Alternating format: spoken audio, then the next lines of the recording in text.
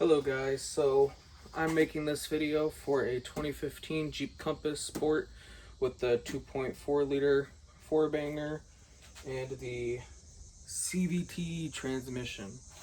So my mom just bought this yesterday, and it has 95,000 miles, and immediately as soon as we bought it, it started chugging like this. So when it would go fine from a stop all the way up until 40, and then if you're just coasting at 40 and you try to go again, it would just immediately boom, boom, boom, boom, boom, and it was really hard to like get it out of that chugging and go. So we thought it was a transmission.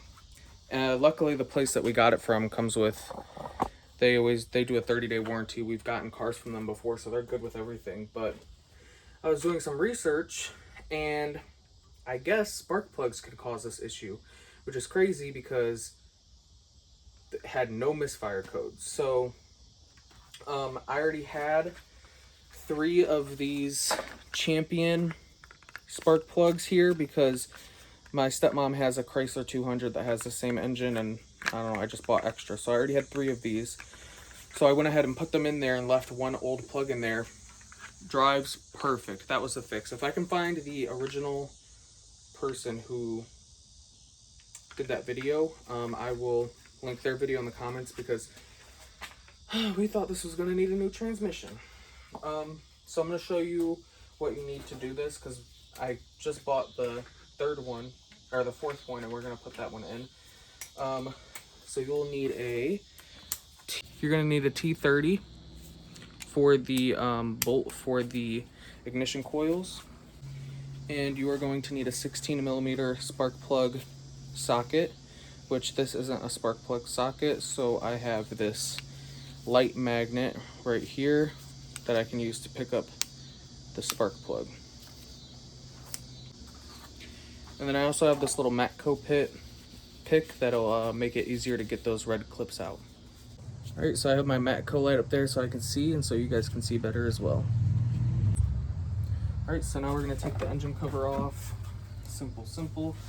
This car is very, very dirty. I know this isn't the best angle, but this is how we're going to have it set up for right now. So I'm going to take my pick, and all you do is push this back, just like that, and then you can squeeze the connector and pull it out. Also, this engine is very hot because I just drove it for 20 minutes, but we should be fine. Also, I didn't have dielectric grease, so we're going to undo all of these so I can put dielectric grease on them now. Also, it's always a good idea to grab your air compressor, spray all of this down. This one had a bunch of the installation on top of all of this from the engine cover falling apart. So now we are going to unloosen all of these with our T30. Here is the ignition coil. All right, now we're gonna go ahead and get the spark plug out. It should come out really easy because the engine's hot. There we go. Now this one is the old one, so we replaced all the other 3 because that's what I had with me. Just wanted to see if it would fix the problem, and it did. Magnetic light right here. We're going to put it in the spark plug hole. Here is the spark plug. I'm not going to touch it because it's very, very hot. Just for a comparison, this is what was in the car, and these are the new Champion 318s. That electrode is completely cooked. Look at this. So now we're going to go in with the new spark plug. Put it down in here with our magnet. Now we are going to hand tighten this until it stops, and then we'll tighten it up with the ratchet. Put the ratchet on here. Does not need to be tight, that tight. That's good enough. Just a little bit. There we go. Perfect.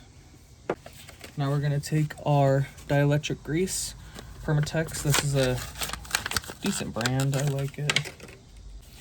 Now we have our ignition coil, and we're just gonna apply a decent amount in there, just like that. That should be enough.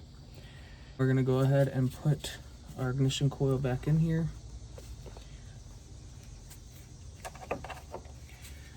Our screw.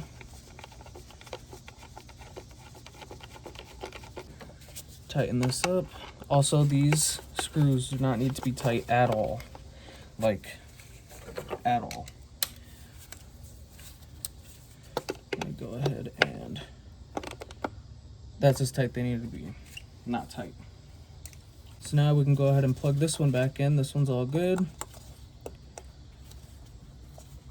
Alright, that one's in. Take our little pick and put that back in, and we're all good on that. Now I'm gonna go put dielectric grease on all of these. So now that that's out of the way, I also have 5W30 Restore and Protect that we're gonna put in it. This car calls for 520, but that'll be fine.